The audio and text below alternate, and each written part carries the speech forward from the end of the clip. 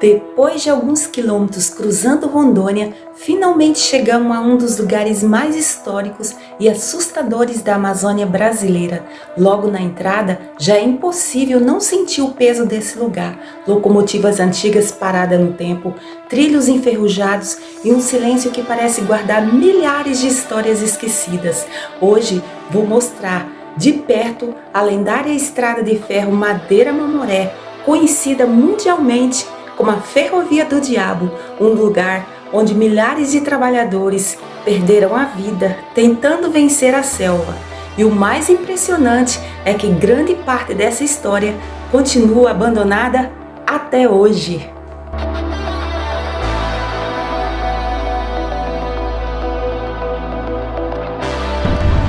Ó, galera, complexo da Estrada de Ferro Madeira-Mamoré, 1912. Aí tem um museu ali. No coração da floresta amazônica, escondida entre trilhos enferrujados, locomotivas abandonadas e estações consumidas pelo tempo, existe uma das histórias mais tristes e sombrias do Brasil, a lendária Estrada de Ferro Madeira-Mamoré.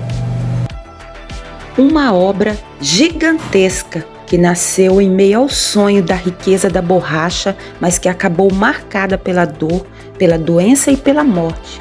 Conhecida até hoje como a Ferrovia do Diabo, ela deixou cicatrizes profundas em Rondônia e em milhares de famílias espalhadas pelo mundo. Tudo começou no auge do ciclo da borracha, quando a Amazônia era vista como um território de riqueza infinita.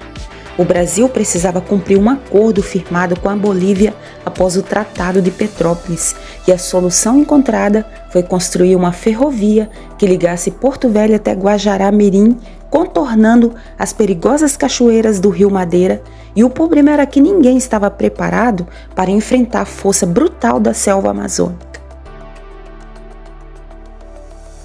Homens de várias partes do mundo desembarcaram em Rondônia acreditando que encontrariam fortuna e uma vida melhor. Vieram americanos, caribenhos, europeus, nordestinos e trabalhadores pobres e recrutados às pressas. Mas a realidade era cruel. O calor sufocante, os mosquitos, a lama, as enchentes e as doenças tropicais transformar a construção da ferrovia em um verdadeiro inferno verde. A malária era tão devastadora que muitos operários morriam poucos meses após chegarem à obra.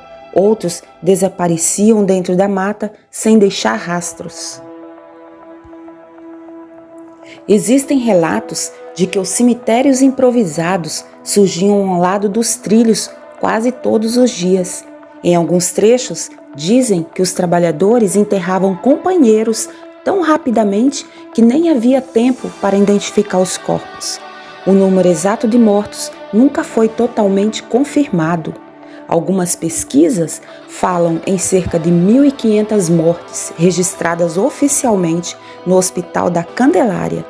Outras estimativas apontam mais de 6.000 trabalhadores mortos durante a construção.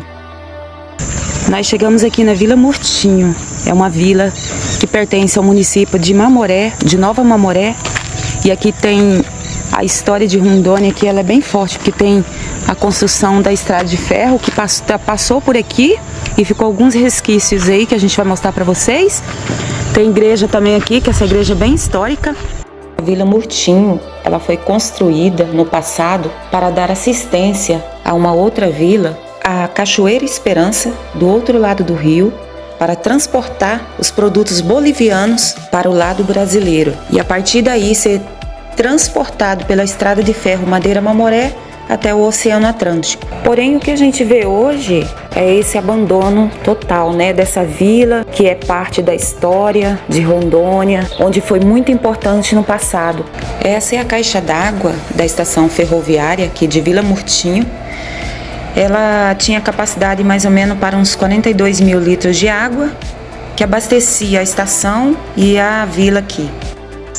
É uma história muito forte, porque muitos trabalhadores de outros países vieram para essa região para poder construir essa ferrovia e muitos perderam suas vidas aqui. Gente, o que eu vejo aqui é tudo assim muito abandonado, muito mato. Parece que tem muita mata aqui. É um pedaço da história que tá abandonada.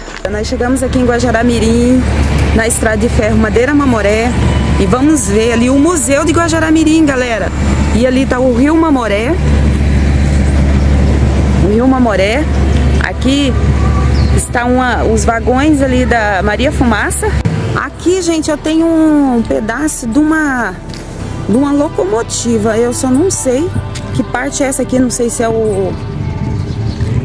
era a caldeira, mas eu vou ver ali dentro também, que lá tem todas as informações. Esse museu aqui é famoso na história de Rondônia, hein? Lá Maria Fumaça. Eita, Maria Fumaça! É, gente, que pena que a gente tá vendo isso aqui tão abandonado assim. Isso aqui era para ser restaurado, porque faz parte da história. No pátio aí do museu está uma locomotiva de número 20 e outra locomotiva de número 17 está também na pracinha em frente ao museu. Essa é a locomotiva 17. Ela é de origem alemã, foi construída há mais de 80 anos e se tornou um dos símbolos da história de Rondônia.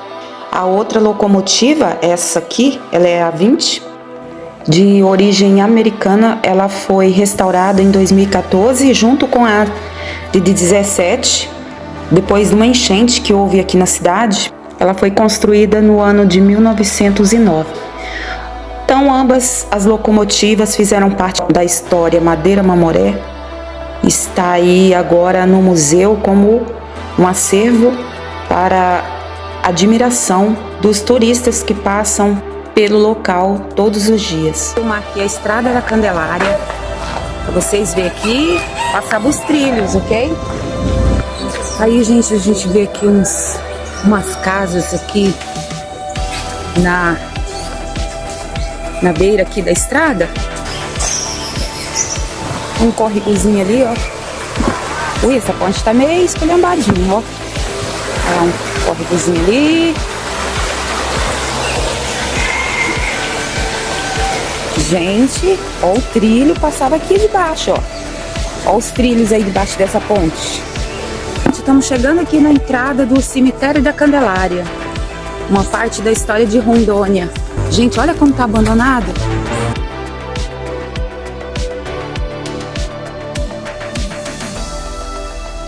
Olha, essa cruz aí, ela foi feita com dormentes da estrada.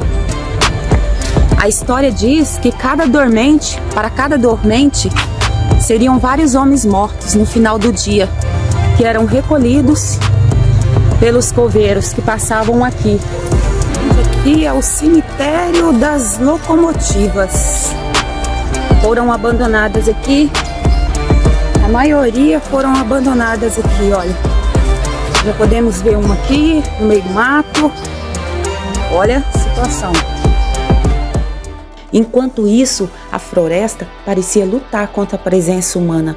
Máquinas atolavam, locomotivas descarrilhavam e tempestades destruíam partes inteiras da obra. Uma das primeiras locomotivas trazidas para a ferrovia chegou a tombar logo nos quilômetros iniciais e foi abandonada no meio da mata. Era como se a Amazônia não aceitasse aqueles trilhos cruzando seu território. Mesmo depois de tanto sofrimento, a ferrovia ficou pronta em 1912. Foram 366 quilômetros cortando uma das regiões mais difíceis do planeta, uma obra considerada impossível para a época. Mas havia um detalhe cruel. Quando os trilhos finalmente ficaram prontos, o ciclo da borracha já estava entrando em decadência. A borracha asiática dominava o mercado mundial e o sonho de riqueza da Madeira Mamoré começou a morrer quase no mesmo instante em que a ferrovia nasceu. Com o passar dos anos, o movimento diminuiu, os vagões foram ficando vazios e a ferrovia começou a ser abandonada lentamente. Em 1972, os trens pararam de circular definitivamente.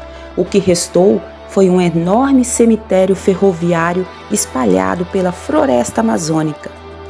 Trilhos cobertos pelo mato, vagões enferrujados, locomotivas esquecidas pelo tempo. um patrimônio histórico consumido pelo abandono. Hoje, quem visita o complexo da Madeira Mamoré em Porto Velho encontra muito mais do que restos de uma ferrovia, encontra fantasmas da história. Cada locomotiva antiga parece carregar o silêncio de milhares de trabalhadores que nunca voltaram para casa. Cada trilho enferrujado parece lembrar que ali existe um dos projetos mais ambiciosos e mais trágicos já realizados na Amazônia brasileira. E talvez o mais triste de tudo seja perceber que grande parte dessa história ainda permanece esquecida. Pouca gente conhece o sofrimento por trás da construção da Madeira Mamoré.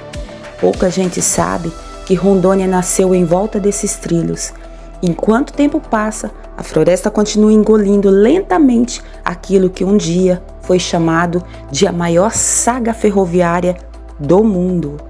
E se você gosta de conhecer histórias esquecidas, lugares misteriosos e as estradas mais marcantes do Brasil, já se inscreve no canal, deixa aquele like, compartilha, porque ainda existem muitos lugares escondidos pelo país que quase ninguém conhece. E aqui eu vou te mostrar cada um deles. Obrigado por acompanhar mais essa viagem pela história do Brasil. Comenta o que você achou dessa ferrovia lendária e nos vemos no próximo destino. Tchau!